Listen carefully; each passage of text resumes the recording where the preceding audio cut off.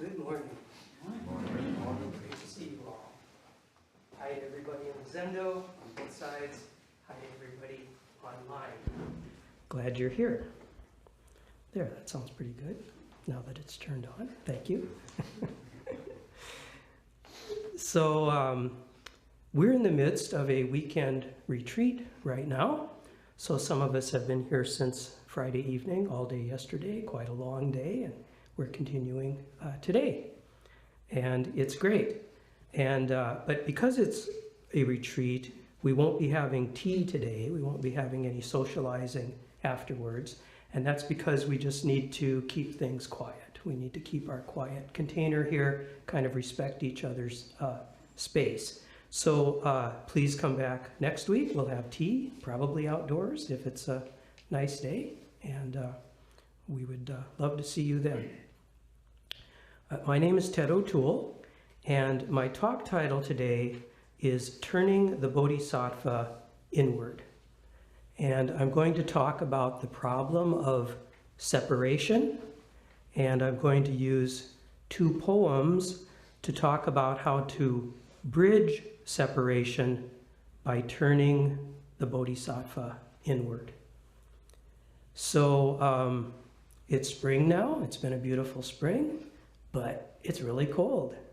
Yesterday, we were outside a lot doing walking meditation. We did an outdoor mindfulness walk. I was wearing a stocking cap, a jacket. It was really cold, which is kind of funny.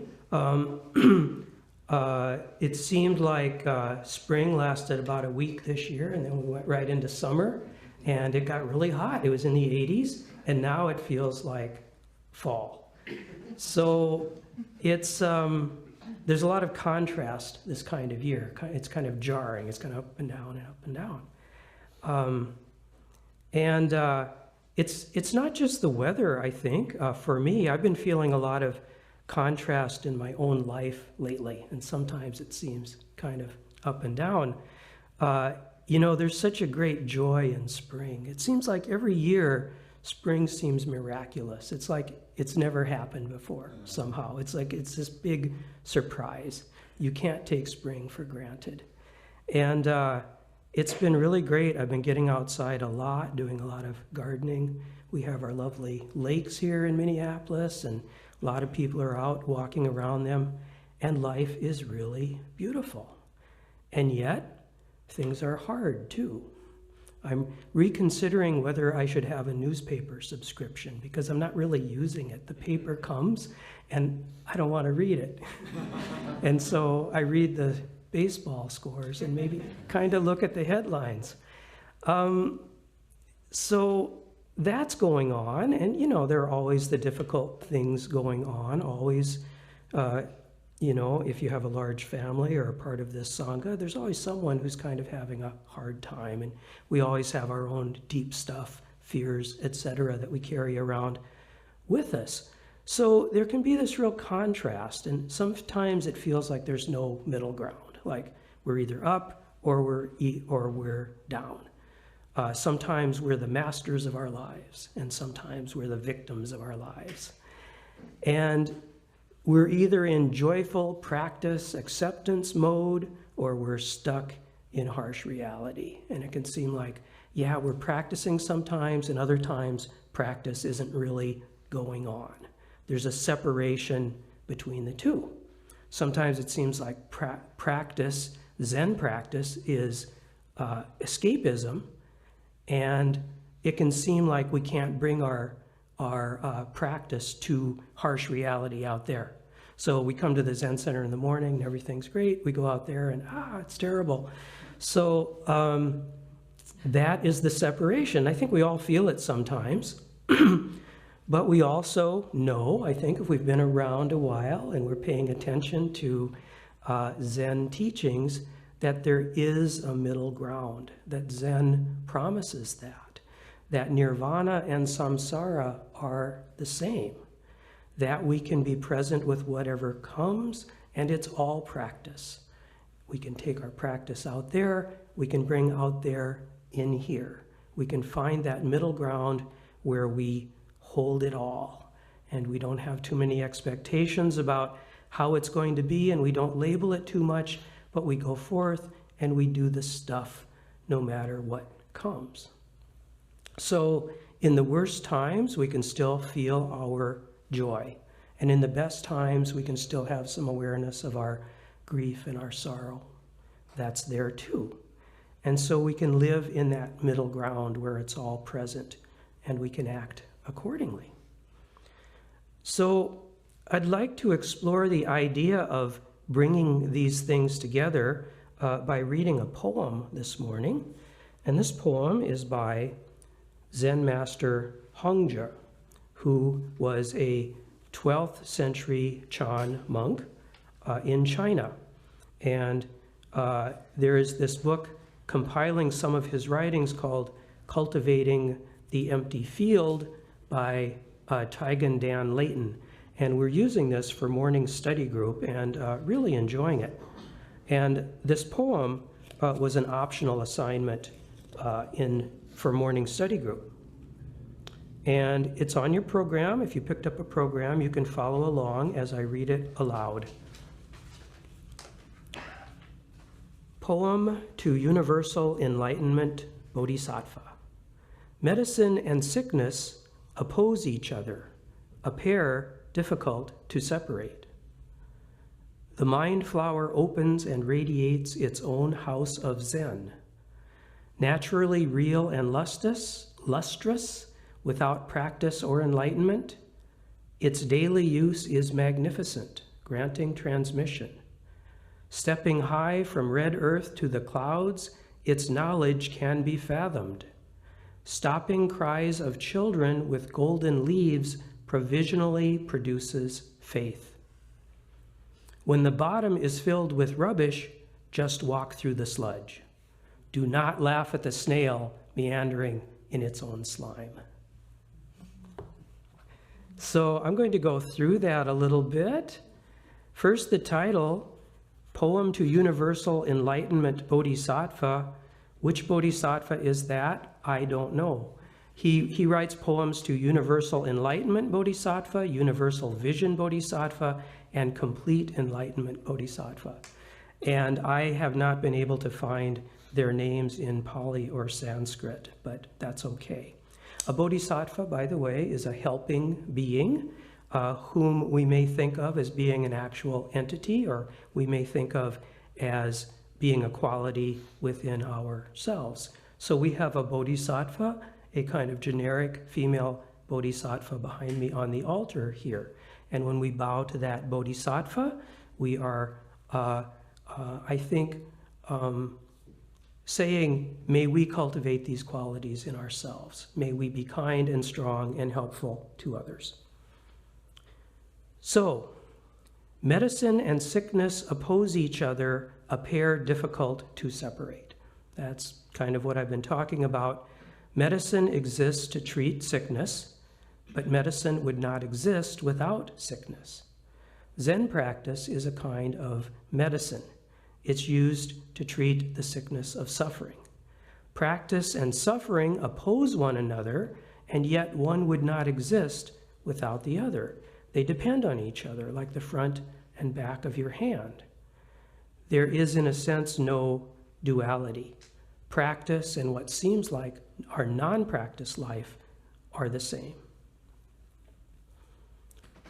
Second line, the mind flower opens and radiates its own house of Zen. The mind flower opens. What is this? Well, I think it's the basic Yogacara Buddhist idea that we make up the world with our own minds. There is no objective reality, or at least not one that we're able to fathom from our place within it. There is only our own perception. We make it all up. We can't even really understand it. Now that could seem like we're kind of lost and don't know anything, but here I think it's characterized as something beautiful. The mind flower opens and radiates its own house of Zen. So we, the thoughts we generate, the world we make up with our very flawed selves, can be the source of something beautiful. Can we really believe that? can, weird, messed up me be the source of something beautiful? Yes, the mind flower is opening. The mind flower opens and radiates its own house of Zen. The house of Zen, what is that? Well, I found out what it's not. I Googled it because I thought it might be some term of art used in Zen that I haven't heard before, and apparently it isn't, but I did find out that House of Zen is the name of a rock and roll band, the name of a marijuana dispensary in Detroit,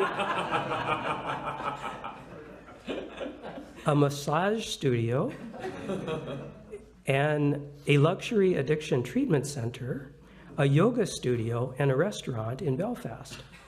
And these are all great things, and I don't really mind that they're using our name. That's okay. I'm used to it. But I don't think it's the type of thing that Hongzhi is really talking about, because surely his house of Zen is not something you can buy or sell or use or possess or hang on to.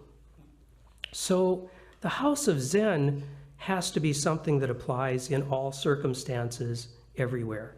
It has to go beyond just killing our pain. It has to be about transcending the idea of pain. Next line, naturally real and lustrous without practice or enlightenment. So the house of Zen, this beautiful thing emanating from us, is naturally real and lustrous. And that word lustrous is great.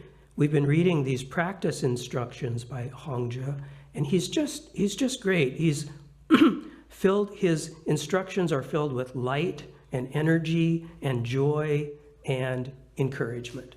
One of my favorite quotes of his is, "With thoughts clear, sitting silently, wander into the center of the circle of wonder." And he says that kind of thing all the time. Wander into the center of the circle of wonder. He approaches life in that way. But strangely, this house of Zen is without practice or enlightenment. Now, wouldn't you think it would be characterized by practice, by enlightenment? But the house of Zen is beyond concepts. Practice is a concept, and really there can be no division between practice and non-practice, and there can be no division between awakening and non-awakening, ultimately. So when we count our breaths, when we have an idea of enlightenment, when we do our forms, our stuff, that's not the house of Zen exactly. It's provisional. It's the finger pointing to the moon. It's not the moon itself. The moon itself is being. Next line, its daily use is magnificent, granting transmission. The house of Zen is subject to daily use. We are always integrating the practice into things that seem like they're outside of practice. And that is magnificent. When it seems like we're outside of practice, when it seems like we're victims of life, we bring mindfulness to it. We stay in the moment. We do not separate. We do not devote our entire being to getting out of it. We devote our being to seeing it, feeling it, getting out of our heads about it, maybe getting into our body about it, and being with it so that it can flow through us and we can move on to the next thing. Its daily life is magnificent, granting transmission. So Dharma transmission is a term that many of you are familiar with. That's a term we use when a priest trainee receives a brown robe, which means that they have permission to teach independently. And so we can say there's a transmission that happens from the teacher to the student, that something is transmitted, and I think that happens in sort of a practical sense, kind of in the sense of a credential, but it's a mistake to say that we really get the Dharma from our teacher, because you can't really get it from somewhere else. Transmission actually comes from carrying on the house of Zen in our daily life. It's what we generate. If we can be with it and accept the reality of our situation, no matter what it is, even our delusions, even our pain, even our fear of reading the newspaper, it doesn't mean we have to read the newspaper, but we can connect with our fear and be with that. Okay, I get that. I feel that. I don't need to avoid that. I understand what that is.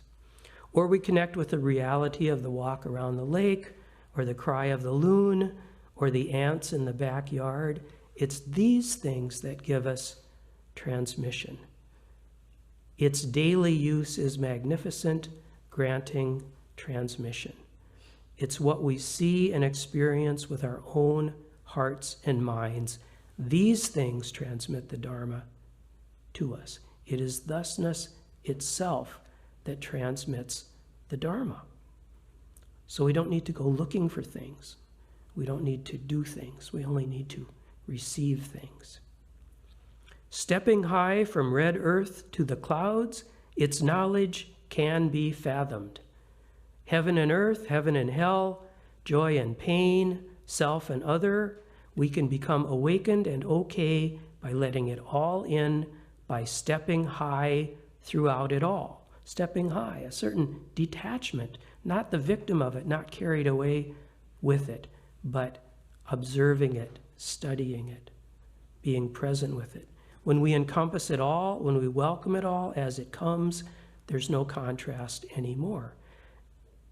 We accept one thing completely. It's all here now. This moment is all of it. Next line, stopping cries of children with golden leaves provisionally produces faith. This is interesting. It's kind of a surprise after we've been talking about this house of Zen, which is beyond distinctions, such as suffering and non-suffering. And this line kind of says, and yet there is suffering, and yet we need to do something about it. And that's true, I guess, to remind us not to be too esoteric, not to sort of think that there's this realm of emptiness where we don't have to actually do stuff here. So this line is about cries of children. That's our pain. The cries of children come from inside. We stop those cries with golden leaves, kind of a utilitarian approach, something shiny that's going to give you some relief and some happiness and make you keep coming back.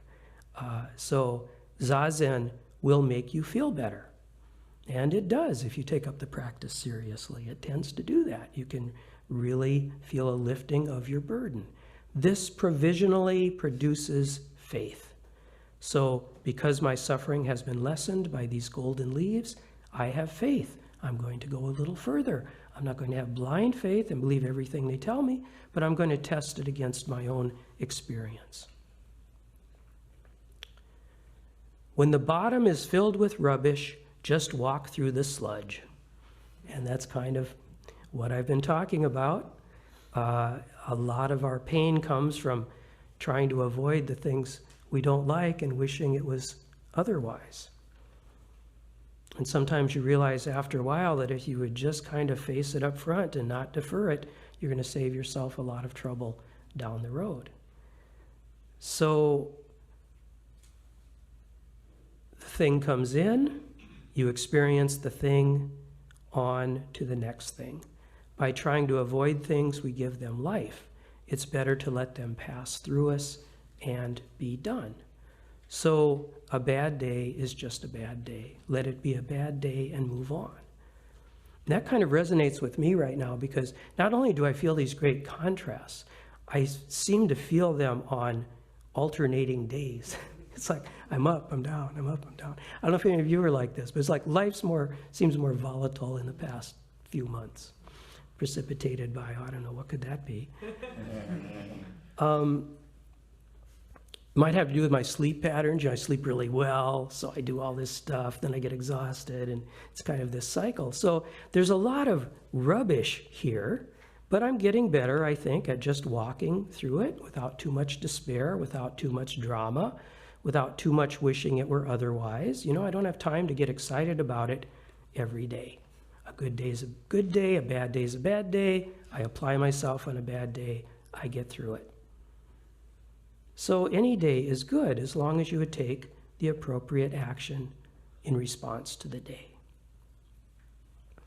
And the last line, Do not laugh at the snail meandering in its own slime. I love this. The snail is slow. Don't laugh at the slow snail. Don't laugh at your own lack of progress. Don't put yourself down. It's slow, but the main thing is it is meandering in its own slime. We all have a lot of slime. We have a lot of regret, maybe. Let's not put ourselves down for that. Let's not laugh at ourselves. Let's not agonize it. We all have our slime. You know what? Our slime is our path of awakening. It's our mind's flower which generates awakening and compassion. That's what we have to awaken. It's essential. We need it. It's like compost, as many people have said, right? Compost is pretty yucky, and beautiful things grow out of it. And Buddhism is full of images like that. The lotus which grows out of the muck and has a beautiful flower. So it's good. It's good to go through this stuff, even the bad stuff. It's part of the process. There we are. There we are. But the key here is meandering. Meandering. Isn't that a nice word? Don't you wish you had more time to meander? Yeah. You let it come. You just let it come, let it come. A retreat can be kind of a meander. Might be really hard at first, but you can get to this pretty quiet place where you just kind of let it all come, and when you're walking, you experience the walking, etc. So elsewhere, in a practice instruction called Contemplating the 10,000 Years, Hongja says, wandering around, accept how it goes. Accepting how it goes, wander around. Do not be bounded by or settle into any place. So meander, that's the freedom. So Hongja has taken us through. Things oppose each other but are not separate. Our own mind is our source of the house of Zen, where contrasts do not exist. We can realize this through daily use and stepping high. But we need the incentive, we need the golden leaves, because we are needful creatures, but we can walk through the sludge, we can meander in our slime. So this weekend we've been exploring an approach to this question: how can we do this? How can we wander, accepting how it goes? How can we encounter the next thing without comparing it to something else or what we wanted it to be? And how can we have that freedom to not feel like we're always moving from one contrasting world to another? And of course, there are many, many schemes and instructions for doing this, for waking up, for realizing the Buddha way. I'd like to talk a little bit now about turning the Bodhisattva inward. We can turn the Bodhisattva inward. And if you know a lot about Bodhisattvas, that may seem kind of strange. It may sound like I kind of misunderstand what a Bodhisattva is, because it seems like by definition, a Bodhisattva reaches outward and cares for all beings. Avalokiteshvara, for example, the Bodhisattva of great compassion, is the hearer of the cries of the world, who reaches out. You never hear about Avalokiteshvara needing to take a day off. And we have this ideal, I think, that the Bodhisattva is so perfect that she will never need to turn her love and compassion inward toward herself. And that's a great ideal to have. But there are two ways in which I use the word Bodhisattva. One is the Bodhisattva embodied in the statue, the ideal Bodhisattva, kind of a mythical being perhaps. And then there are the many actual people I know who are Bodhisattvas. And I know many of them. I have met them. And maybe the statue Bodhisattva never needs to turn her love inward because she's perfect. But every real flesh and blood Bodhisattva that I know probably needs to do that sometimes, to continue to perfect themselves and to support themselves in the midst of their own fears. I don't think you gain perfection and then you're good for all time. I think you need to keep working on it no matter how advanced you may think you are in the practice. And practically, we need to talk about caring for ourselves. And you may have heard me talk about that again and again. Why do I keep talking about it? Well, I see in our Sangha people who are so giving, caregivers, people taking care of spouses or elderly parents, activists, social activists, moms and dads, Dharma teachers, other kinds of teachers, our board members, our many volunteers. People give so much, and almost never do I feel like I need to remind someone here, you're a little too self-centered. You need to reach out a little bit. I mean, maybe a little bit. Maybe we all need that a little bit sometimes. But mostly, I think the greater need is for me to encourage people to take care of themselves as a way of establishing a strong ability to take care of others. This tends to be particularly true of women, I think, who are more likely to be caregivers. We serve, and we wear ourselves out. So, I would like to share with you another poem which has a line that I really love to encourage this. I can't tell you how many times I've heard someone say, I know I should take better care of myself, but I don't. And I've said that many times myself. I'm working on this too. So this poem, it's a pretty simple poem. It's maybe a little, you could say maybe a little sentimental. It's something that children can understand. And I recently rediscovered it. So you ever have a moment of recognition where you hear something and it just kind of gets you like, oh, I know that.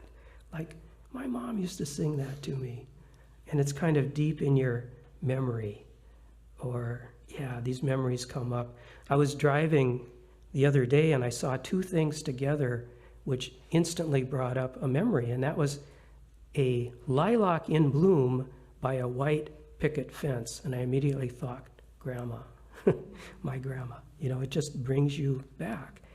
And I had that with this poem. I came across it recently and somewhere on the internet, and I read the first part. I am a link in Amida Buddha's golden chain of love. And I had that moment because I remembered 33 years ago when I went to my first visit to a Zen temple, the Ann Arbor Zen temple. My teacher had us recite this every week because my wife and I would go there every Sunday for a service. And she would have us recite this. And I think it's significant. It was not in her tradition, it was another tradition, but she chose to have us recite it every week.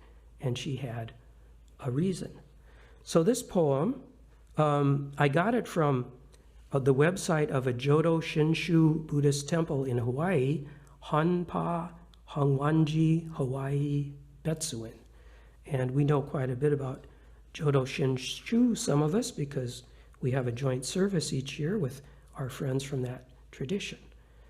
So this was written by Dorothy Hunt in Hawaii about 90 years ago. So, I am a link in Amida Buddha's golden chain of love that stretches around the world. Amida Buddha is the great object of devotion of the Jodo Shinshu school, the ruler of the Western paradise, which we can think of as a state of mind, not a place. I am a link in Amida Buddha's golden chain of love that stretches around the world. So this is about the interconnectedness of everyone. Everyone is worthy of love and respect, and I, being a link, am part of this, cannot be excluded from it, and am as deserving as everyone else. And because a chain is only as strong as the weakest link, the whole thing depends on me. The second line is, I must keep my link bright and strong. That's the point of my talk today. And we seem to have impediments, we think, for whatever reason, that we're not deserving, that if we care for ourselves, we are letting others down. That's unskillful, and it's not true. We have to examine these impediments.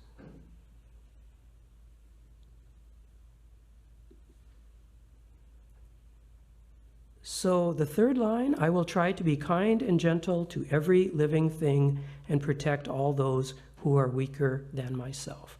Those weaker than ourselves. Those of us who have had it good, who have some kind of privilege, should remember this especially. And reaching out in this way can require some very deep work, which I've addressed in other talks. But for today's talk, let me say, let's reach out to all parts of ourselves inside. Those children's cries that Hongzhi mentioned, the ones that must be stopped, some of those come from inside. I will try to be kind and gentle to every living thing and protect all who are weaker than myself.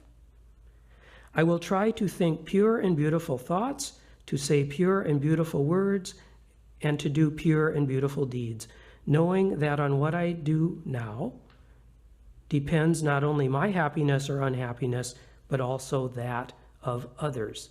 That's how you do it. Focus, ethics. And the last line, may every link in Amita's golden chain of love be bright and strong, and may we all attain perfect peace. So turn the Bodhisattva inward. So what I'm advocating is a conscious practice. So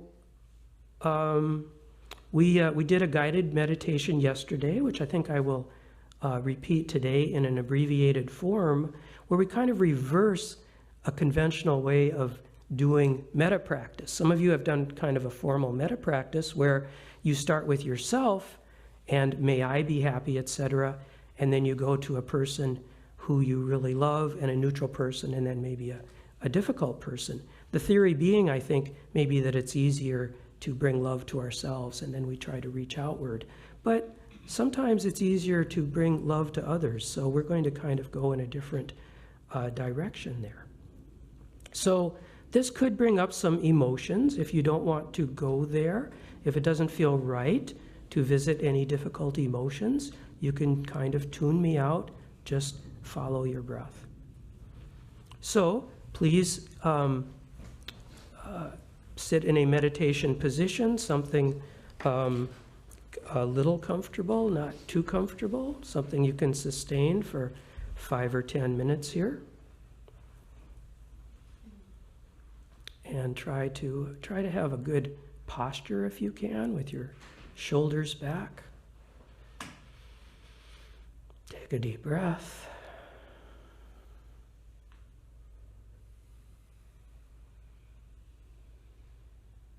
Bring your attention to sounds that you hear.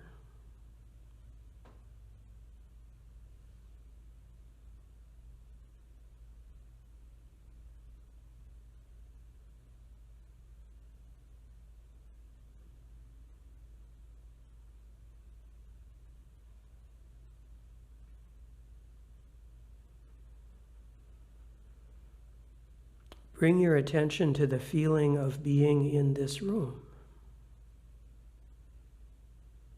Can you sense all of the people even if you're not looking at them?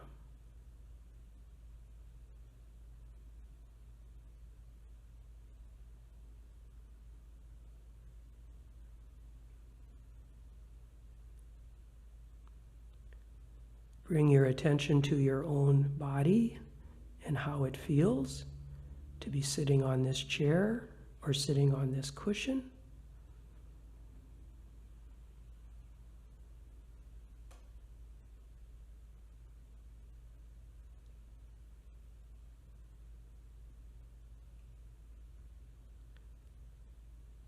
Approach this with curiosity, no judgment, just what is it like?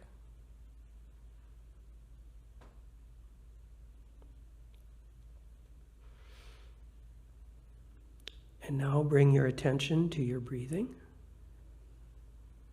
Follow your breathing for a little bit. If you have thoughts, try to gently let them go. Come back to your breath.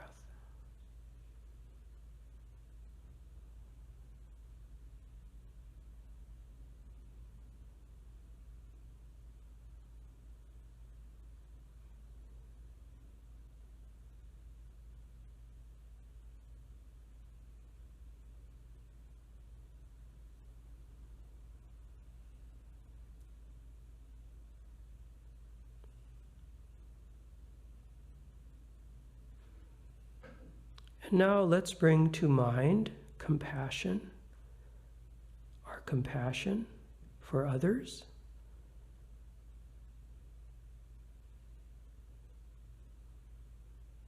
Let's begin with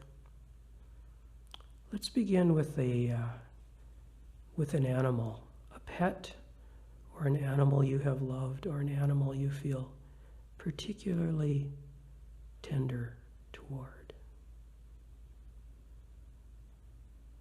And just let that love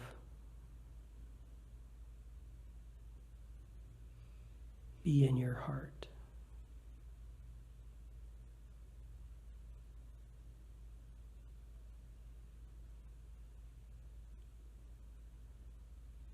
And move now to a dear person in your life, someone you love very much.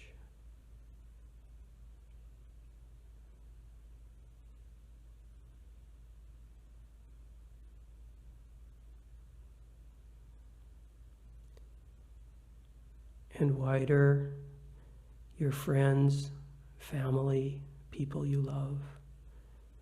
May not always be easy. There may be difficulties there, but feel your love for them.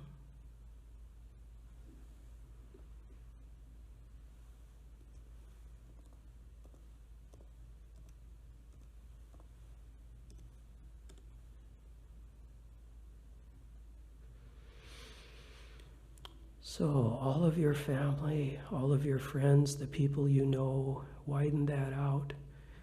Think of the people outside the zendo going around the lake on that beautiful path around the lake, running, walking their dogs, walking their kids in strollers. Think of all the people in the city, all the people here in the Twin Cities, all 2.5 million people. Radiate love toward them.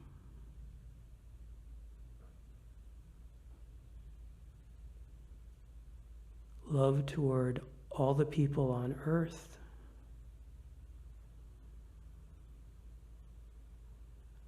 Love toward all beings throughout space and time.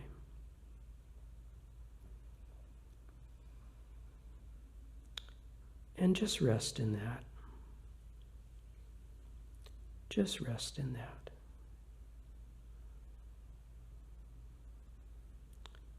And this is the Buddha's golden chain of love. And now remember that you are a link in that chain, and bring that love back to yourself.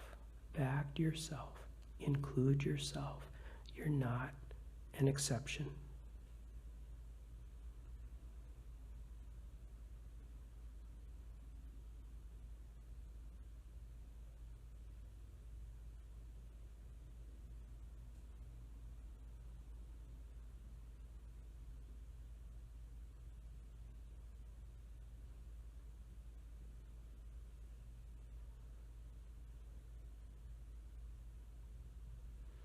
And see what happens there.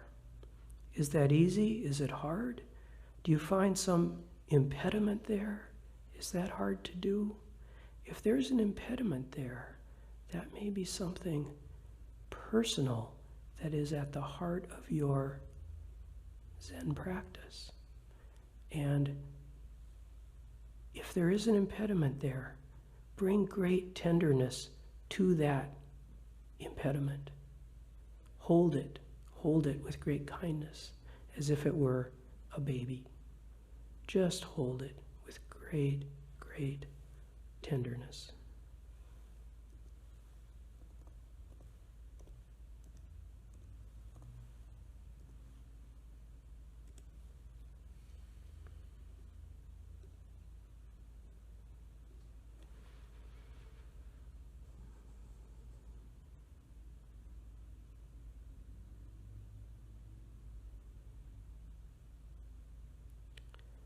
So, self-kindness, bring yourself back out again, thinking of kindness toward others in this room, kindness toward those in our neighborhood, kindness to all beings throughout space and time.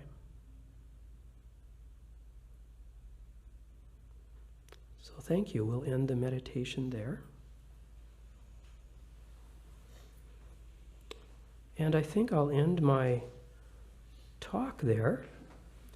And we have a few minutes if anyone would like to make a comment. I would love to hear it. And that includes folks online. I think if you're online and you need to make a comment, I think you just speak up. Yes, Julian. For the gold leaves, Mm-hmm. I thought of Dogen when he said, delusions are important too. Mm-hmm. And I'm thinking about like inner visualization, to the parts of yourself that, kind of like we're doing this, seems like the same like gold leaves. Mm-hmm. It sounds similar to you. Yeah, it does. It does. Thanks. Yeah. Yes, Dom. What was the name of the poem?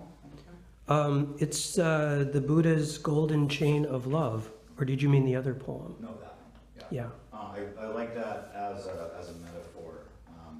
Like meta can kind of feel lofty sometimes, but the idea of like this golden chain, but then maybe there's a link in the chain that I'm not seeing as golden, or it's kind of like blanked out a little bit.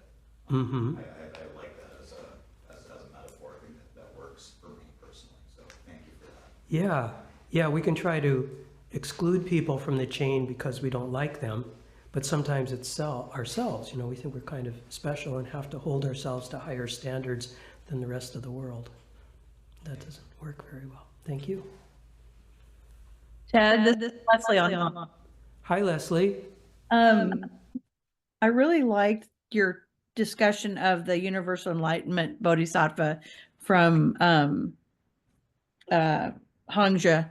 And that last line, when you said the do not laugh at the snail meandering in its own slime, I immediately applied that to others, thinking I'm really, don't laugh at those who meander in their slime. And then when you were talking about it, you're like, don't laugh at yourself when you meander in the slime. And I thought, oh yeah, maybe I should apply that to myself when I'm meandering in the slime, not be quite so hard on myself when I notice that I am. No, my problem is I think most of the time when I meander in the slime, I'm not noticing that I'm meandering in the slime. Mm-hmm. And then when I do notice, I feel like I should be doing better.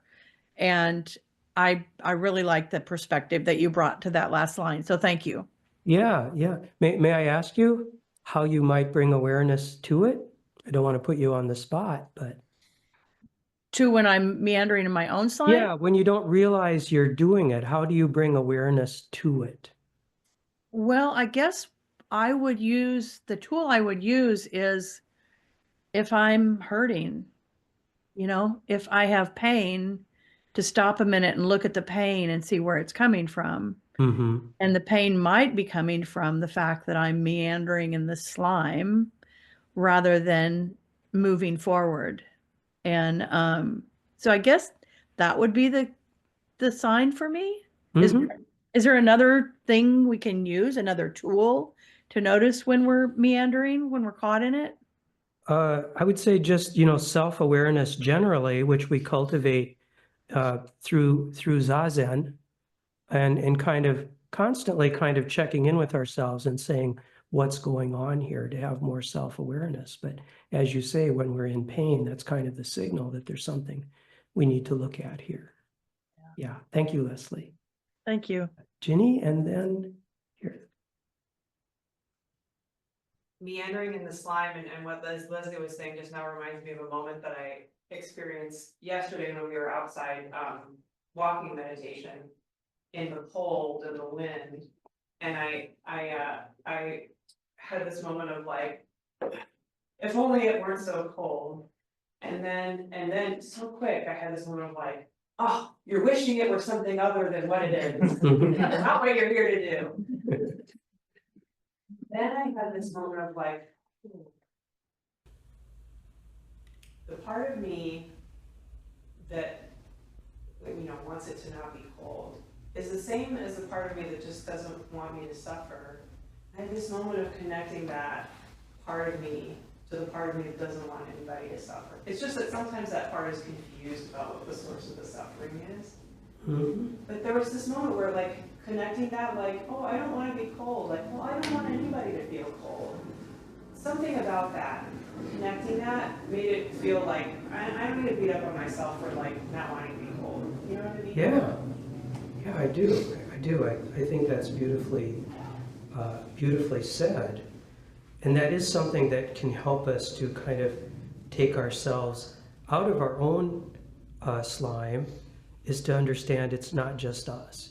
Other people are feeling the same way, and I'm bearing this with and for the sake of all beings. I can find that really helpful sometimes, because we get kind of wrapped up in ourselves and our own pain and as well. And I know others are suffering the same way. Yeah, thank you. Yes. I'm Katrina. Hi, Katrina. What works for me with the slime or the cold, I don't like the cold either, is to embrace it, welcome it, not resist it, and just see what its possibilities are. Yes. That sounds... We open up to the possibility of what that contrast, I guess, can be. And if it's pain or discomfort, there's always some little thing that a part of the self wants to, what's going on here, really kind of curious about it. Mhm. Rather than saying, I don't want this, say, practice like, how could I really want this?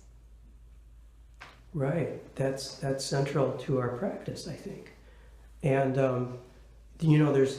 there's a way to receive it. We have our habitual ways of maybe endlessly thinking about stuff, ruminating about stuff. And when we're talking about accepting things, and I think with what you're talking about, we're not talking about thinking and agonizing, ruminating, but kind of accepting it in sort of a deeper way, maybe leaning more into feelings and emotions. Leaning in. Leaning in. Exactly. Yeah. Leaning in, and if it's, and then sharing maybe, because sometimes just like talking about it puts it outside of the self. Yeah. We can do this. We can lean into those difficult things more than we thought we could, and we can deal with these things with great strength. And we have the support of each other and all of the universe to do this. All right. You have a question? Okay. A question and a comment. Could the three enlightenment could the three bodhisattvas be not a particular teacher or person or being, but an aspect of bodhisattva? It could be. Yeah. The comment, when you tell them the house of Zen unwind, that's surely the place where they get so drunk that they have to face the wall so they don't fall over, like the Zens do. Okay, thank you. All right, I think we should stop there, and we will turn this over to our Doa for some announcements.